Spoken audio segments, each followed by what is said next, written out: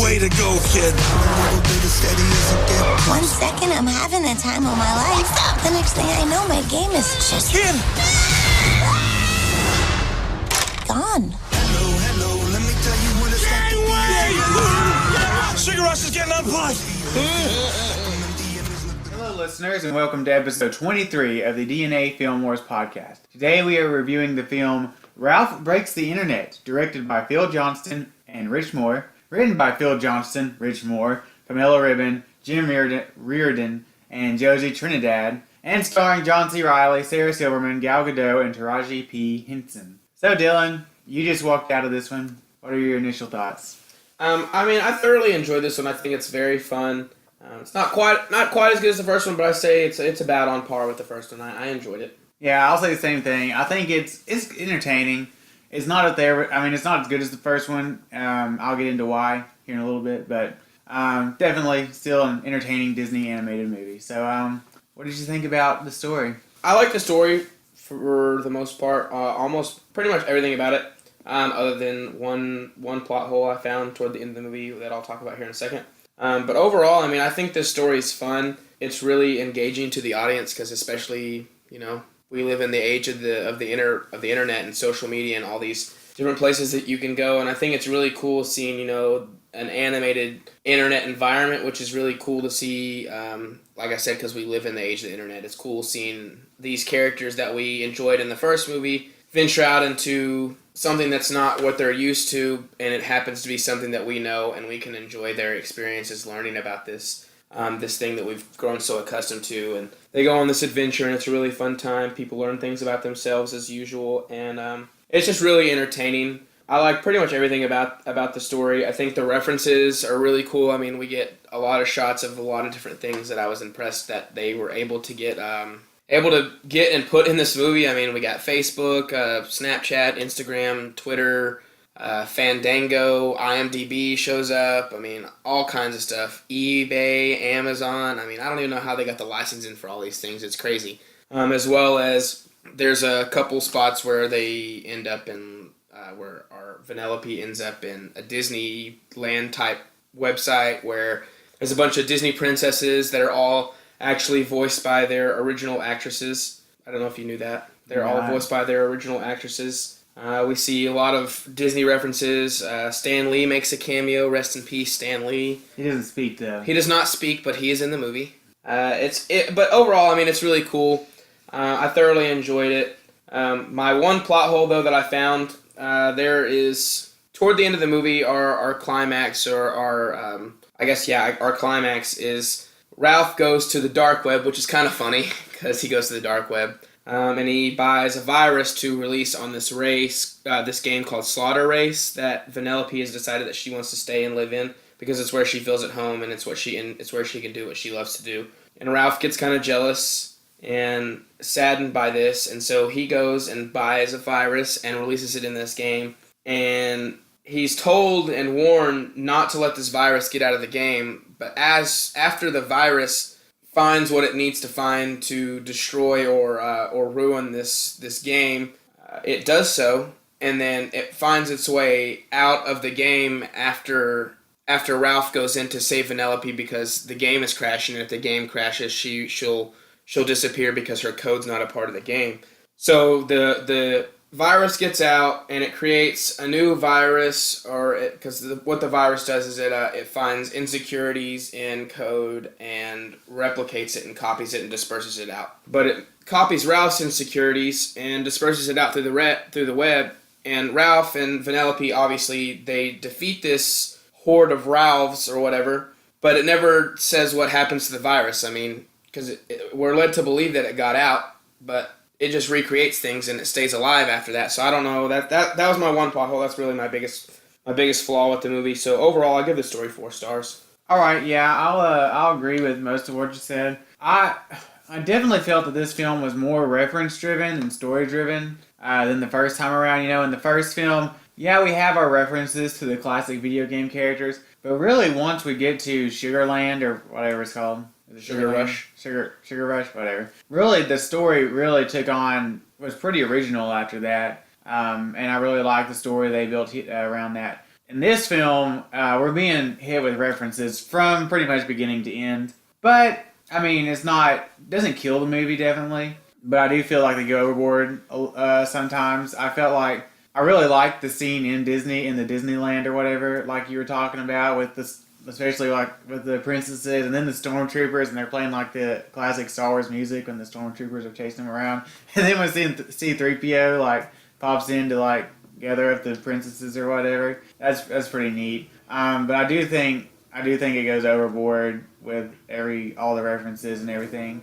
And really, I think this film is, whether you like it or not, really depends on whether you are entertained by their characterizations of these internet sites, like the eBay and the little eBay boy that comes to remind you that your payments due or whatever, and like the little Twitter birds that are up there in the tree tweeting and stuff. It's kind of neat. Other than that, another story problem I had, I felt like Fix-It Felix and Calhoun should have been major characters in this film, and they're not. They're dropped after about the first, 15. As soon as we get to the internet, those two characters are dropped until the very end. Even though I think they kind of have an interesting storyline set up of them having to adopt the racers who are all children from Sugar Rush when Sugar Rush gets unplugged. But whatever. I guess the new characters, which are Yes and with a few S's. What was the the spammy guy's name that was like the pop-up ad or whatever? I don't remember his name. Was that when His name is was that Double Dan or Mr. Litwack? No, he's not Mr. Litwack. Is it Double Dan? Yeah, I think he's Double Dan. I think it's Double Dan. He's kind of neat, and then he takes Ralph down to see like this creature that has like the virus, and I liked all that. It's like the dark recesses of the internet and everything. And like when they go down to the street level, you see like an old like dial-up sign like falling over and everything. I like all that stuff, and I get it. And then when Ralph goes to like the comment section, and he's like, at first it's really positive, and then he gets all the negative comments, and it like crushes him. I mean, that's really good commentary and like actual internet stuff. Yeah, it's really neat to get to see like I said, like a physical embodiment of what we know as the internet come to life on screen. It's kind of neat. Yeah, definitely. But like I said, I thought it was entertaining overall. Actually, the ending of that first film was actually pretty intense when Turbo combined with the insect thing and became like some kind of hybrid, and he was like attacking Ralph. This ending is not as intense, but at the end, what happens is the virus, I think you said this, duplicates Ralph a bunch, and then they can combine to form. He literally breaks the internet. I actually didn't think he would literally break the internet in this movie. He literally breaks the internet, and he combines to form like this giant Super Ralph. It looks more like Donkey Kong than I think Ralph, but anyway, this giant Super Ralph. And the way it's animated, like with the Ralphs just constantly crawling over each other, is actually kind of unsettling. It's kind of creepy to look at. It's weird looking. Yeah.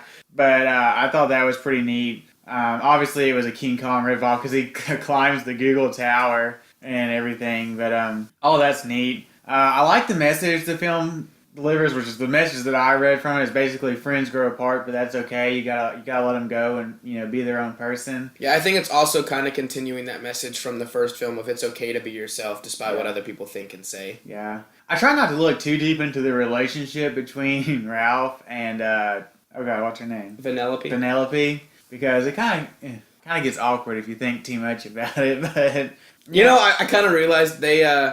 Wow, that was a loud spike. Yeah, that was a big spike. I kind of realized that it's a little odd. Toward the beginning of the movie, you see Ralph and Vanellope hanging out, and they go to the Tapper game, and they did that in last movie they're too. drinking root beer. Yeah. But they like, I mean, obviously root beer doesn't contain alcohol unless you're drinking an alcoholic root beer, but they play it off as though it's a bar. It's a bar, and it's an alcoholic drink, but it's not. But it's kind of weird because you're bringing a child into this environment and letting her drink or whatever. Yeah, I mean, I thought that. I mean, it doesn't bother me. It doesn't bother me. It's just a little odd. Yeah, picked up on it. I'm like, all right, I guess.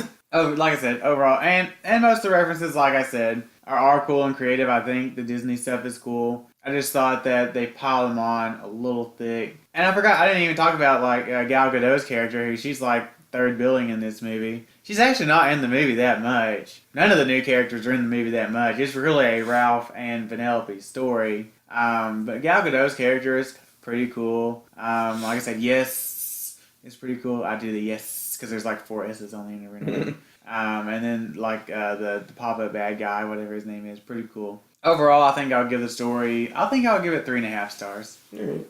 So getting into acting, I think that everyone does a great job in this movie. I mean, voice acting is on par with the first one. Everyone does a great job. John C. Reilly's great. I think Gal Gadot does a really good job as Shank in this movie. Gal Gadot. I like Gal Gadot.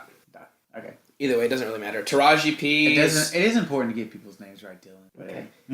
Taraji P is good. I like Taraji P. Henson. She's been pretty good in most of the things I've seen her in. But I think Sarah Silverman is definitely the standout of this movie. I think she might convey her emotions a little bit better through her voice in this film than she did in the first one, and I really like that about her performance.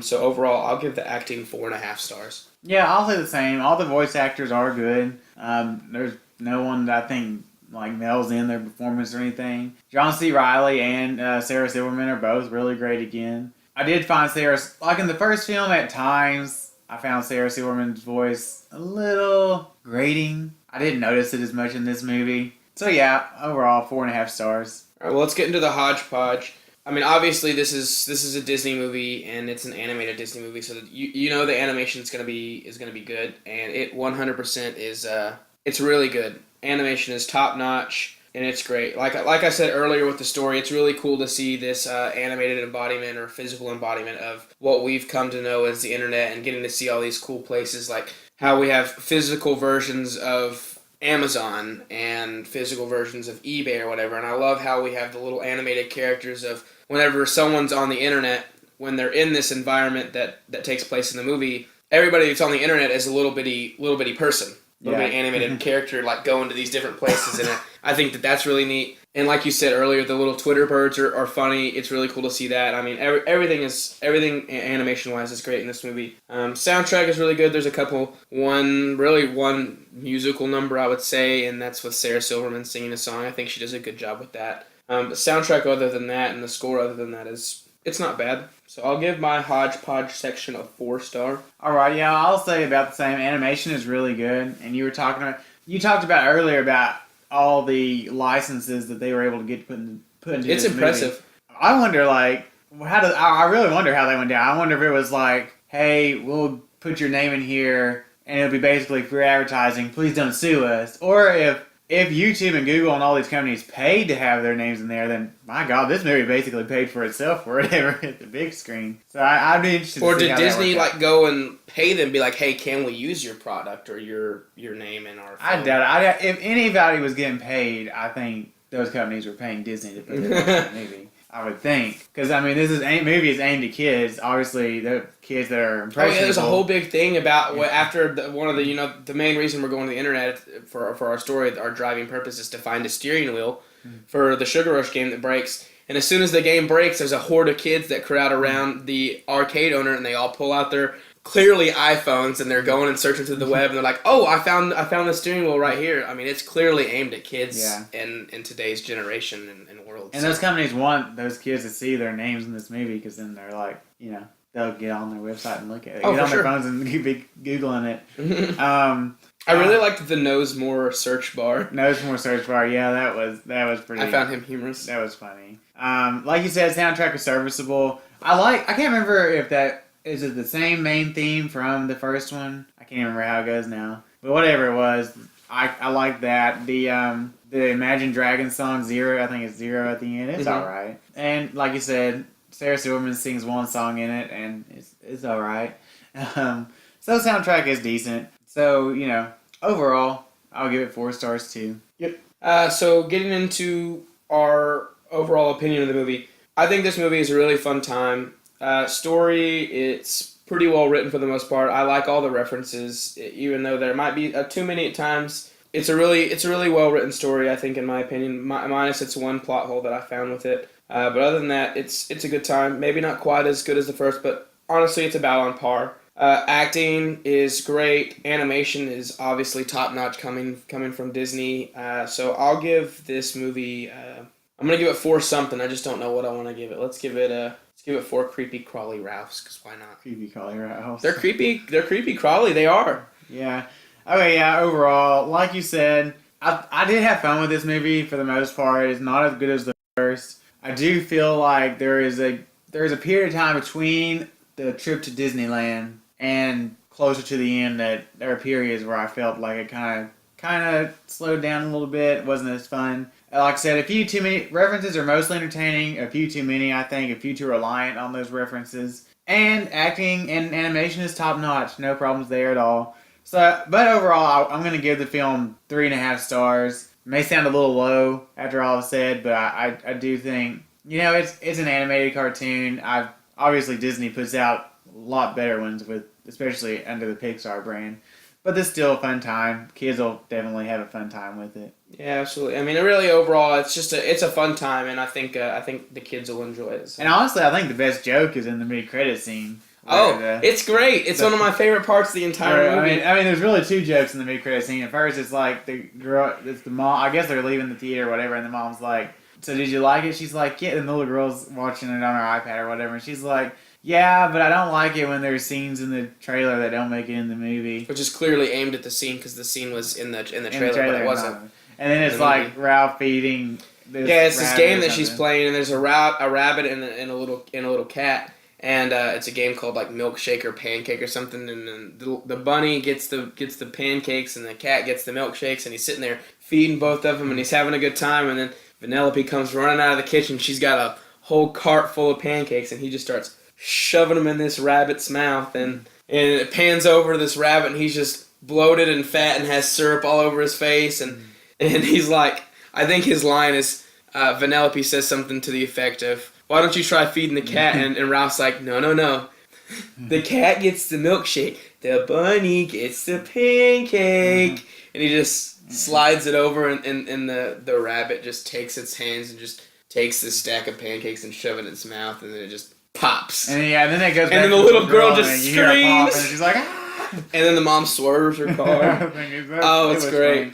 And then the end credit scene is great. You get Ralph rolled, which is a play on a Rick roll, but starts off, here is a sneak peek of Frozen 2, and then Rick Astley's Never Gonna Give You Up starts playing, and it's John C. Reilly singing it. Oh man, that was great. The first time I saw it, considering the fact that I've already seen those scenes about 4 times. Let's talk about what we got coming up, man. So yeah, coming up, we got Mortal Engines and the Mule reviews coming out. You could expect a discussion for that as well before. A discussion episode, obviously. I think in that discussion episode, we are going to talk about our top 5 post-apocalyptic films and our top 5 drug-related films. Because again, Dylan didn't want to do top 5 Clint Eastwood movies. Eventually, we will do a top 5 Clint Eastwood movies. I just haven't seen enough Clint Eastwood movies yet, so. It's a sin. Then we're going to do Bumblebee and Spider-Man. Yep. And for that discussion episode, it's going to be a lot of fun. We're going to do a longer one. Rank I say all, there's like 5 of them. Maybe we'll rank the animated one too, 6. All 6 Transformers feature-length films. As well as we will rank all the Spider-Man films. Yep. We might even throw in, I don't know. Throw in what? I don't know what I was going to say. Just the Spider-Man films. Spider-Man films. Probably there probably are cartoon ones out there. Yeah. Obviously the name. Obviously this one, but and then we'll do Aquaman and Mary Poppins, and for a discussion episode for that, we might do rank the DCEU films. Rank the DCEU films, and then we can talk about the original Mary Poppins if you want. I've never watched it. I'll have to watch it. You've never seen the original Mary Poppins? Wow, no. That's a sin. Yeah, we'll have to rank like top 5. I don't know that I've seen enough Julie Andrews movies. I've seen like 2, 1 or 2. The Sound of Music and Mary Poppins. Yeah, that's right. We could maybe do top Emily 5 Blunt Only movies. Goldies. I don't know what. We could do Emily Blunt movies since she's the star of this. That'd be good. I don't know. Quiet Place #1.